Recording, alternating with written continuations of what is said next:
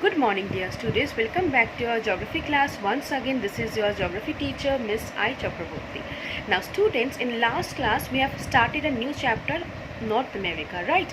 Today, we will be learning about the second part of the same chapter, that is the physical features of North America. Now, in your textbook, Frank textbook, in page number 72, the physical features of North America are described.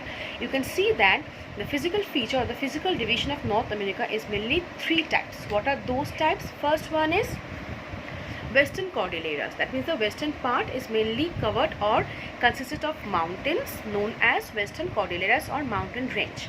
Number two is the Central Plainland, okay? And the third one is the Eastern Highlands, okay? These are the main three major physical divisions of North America.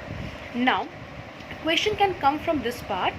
Mention any three physical features of, or mention any three important features of Western Cordilleras, or mention any three important features of Canadian Shield on the Central Plains, or any three important features of the Eastern Highlands of North America.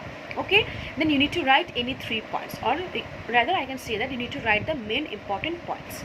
Now, first we will be discussing the Western Cordilleras. Now, this is the western part of the continent. Now you can see that this part is mainly covered or consisted of important mountain ranges such as Rocky Mountain, then Mackenzie Mountain, okay, then Alaska Mountain is here.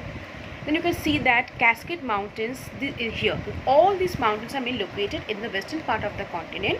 Therefore, this region is known as the Western Cordilleras. Now, this region is mainly uneven and it's mainly having the rugged topography. Okay. Now, next one is that. Okay, next one we will be knowing about the Rocky Mountain. Now it is a kind of fold mountain, okay, and several plateaus such as Columbia Plateau, Colorado Plateau, several rocky cliffs such as Sierra Nevada, all these features are mainly located in the western part of the continent or in the Western Cordilleras. Next, you can see that two important intermountain plateaus such as the Columbia Plateau and the Colorado Plateau are being located in the Western Cordilleras. Now, if you look at the map, you can see that Colorado Plateau and Columbia Plateaus are mainly marked, right? These are the intermountain plateaus. Now, what are the intermountain plateaus? The plateaus which are mainly surrounded by the mountains from all over the sides, okay?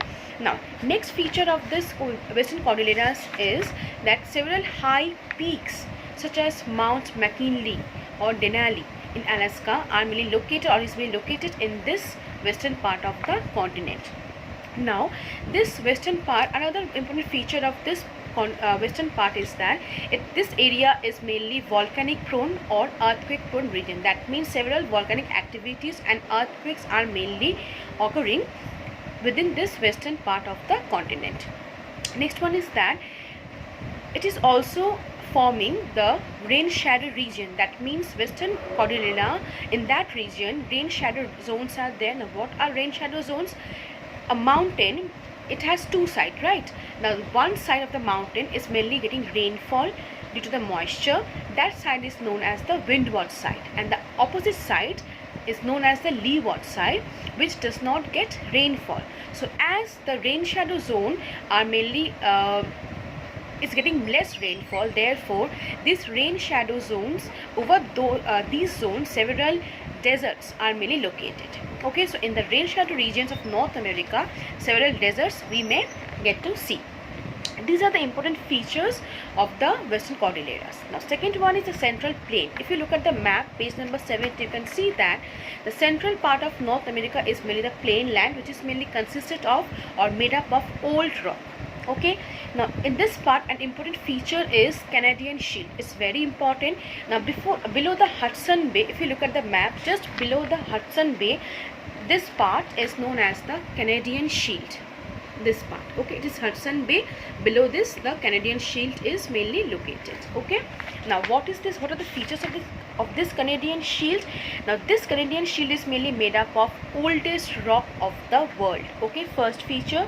Then this area was covered by thick ice sheet. Then after the process of denudation, what happened? This area, all the ice sheets has been removed and it's the form the large basins. Okay, after the removing of the ice sheets by the process of denudation, then the area is mainly now formed the basin region. Okay, now several important lakes such as Great Lakes, then important rivers, Mississippi River, are mainly located in or mainly flowing over the central plains of North America. Next one is the lowland to the north of this Great Lake is drained by river flowing to the Hudson Bay and the Arctic Ocean. That means the rivers which are mainly flowing over the central plains of North America, they are mainly draining, they are mainly actually meeting with the sea, or the confluence of these rivers is mainly Arctic Ocean and the Hudson Bay. Okay, now the third feature is the Eastern Highlands. That means the eastern part of this North America is mainly known as the Eastern Highlands. In this part you can see that Appalachian Mountain, where Mount Mitchell is the highest peak. Okay, so Appalachian Mountains, then Labrador Plateau, all these plateaus are mainly located in the eastern portion or eastern highlands of North America. Now this Appalachian mountain, to the east of the Appalachian Mountain, Piedmont Plateau and the Atlantic coastal plains are mainly located. St. Lawrence Valley separates the Labrador Plateau from the Appalachian Range. Very, very important. So question can come like that: name the valley that separates Labrador Plateau from the Appalachian Mountain. Answer will be the St. Lawrence Valley. Okay, next page, if you go to the page number 74, you can see that the important mountain peaks of North America in a table format. It's given. This table is very, very important. Okay, now in this table you need to know only the name of the mountains and the location. You don't need to do the height. Okay, you don't need to remember or don't need to learn the height. You just need to learn the mountain, name of the mountains, and where these mountains are located. For example, you can see that Mount McKinley is located in USA, then Logan is in Canada, then Pico de Orizaba in Mexico, Mount St. Elias in USA, and Popocatépetl in Mexico. These are the important mountain ranges in North America. So you can see that the western part of the continent is mainly the mountain ranges such as Rocky, Alaska, Cascade. All these mountains are located in the western part, known as Western Cordilleras. Over there we can get many important plateaus such as Columbia Plateau, Colorado Plateau. Next one is the central, also the desert. Few deserts are located in the Western Cordilleras. Next one is the Central Plains. An important feature of Central Plain is Canadian Shield, which is mainly made up of oldest rock of the world. And the same rock, the Deccan Plateau in India, is also mainly made up of. Now several rivers such as Mississippi River, then the Great Lakes are also located in the Central Plains, and all these Great Lakes and the Mississippi rivers are mainly meeting with the sea or the ocean, such as Arctic Ocean and the Hudson Bay. They are flowing, they are mainly draining to the Arctic Ocean or the Hudson Bay. Okay, now next one is the Eastern Highland. One of the important features of Eastern Highland is the Appalachian Mountains, and important plateau is Labrador Plateau. Then you can see that St. Lawrence is there, which mainly separates the Appalachian mountain ranges from the Labrador Plateau. Okay, now in page number 74 already I have discussed the name of the mountains and where they are located. You need to learn the names and the location. You don't need to learn the height. Next you can see that rivers of North America. Now what are the rivers? In this part you can see that main 4 divisions are there. First one is rivers flowing towards the Gulf of Mexico. Now if you look at the map of physical map, first look at the Gulf of Mexico in this part. Okay, here Gulf of Mexico, you can see that several rivers are mainly such as Mississippi. Okay, next one you can see that Missouri. All these rivers are mainly going and they are mainly draining to the Gulf of Mexico.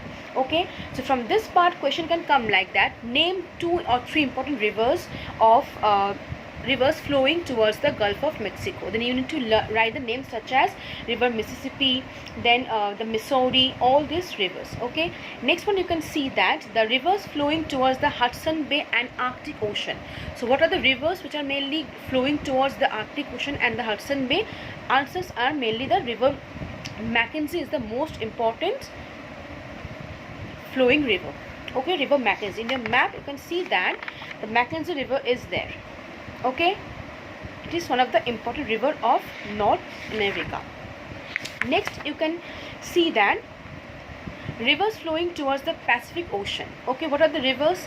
Colorado rivers. Okay, come to the map in this part. If you look here, you can see that the Colorado River is mainly here. Okay, flowing towards the Gulf of or towards the Pacific Ocean. Next one is flowing towards the Atlantic Ocean. The name of the river is mainly St. Lawrence. Okay, then also some famous Niagara Falls, such as some famous falls such as Niagara Falls, located between the Lake Erie, Lake Ontario. Between these two rivers, the Niagara Fall is mainly located. It is an important question. Many 1 mark or 2 mark question can come from this part. Okay, so in the rivers of North America, we can see that there are 4 divisions. First one is the rivers which are mainly flowing towards the Gulf of Mexico, such as Mississippi, Missouri. Second one is the rivers which are flowing towards the Hudson Bay and Arctic Ocean, such as Mackenzie River. Third one is rivers flowing towards the Pacific Ocean, such as Colorado River, then Columbia River. And the last one is the rivers flowing towards the Atlantic Ocean, such as St. Lawrence River. And between Lake Erie and Lake Ontario, the Niagara Fall, the famous world famous falls, is mainly located in this zone. Okay, so we have completed this chapter, North America, along with its physical features and the rivers of North America. So I have prepared a worksheet which I'll be sending you on WhatsApp group. And if you have any doubts, any queries regarding this part or regarding today's lesson, you can ask me in the WhatsApp.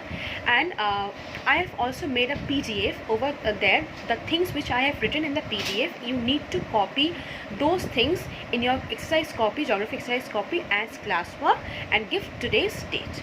Okay, I hope you have enjoyed today's lesson, and that's all for today's children. So good morning and thank you. Have a great day. Bye.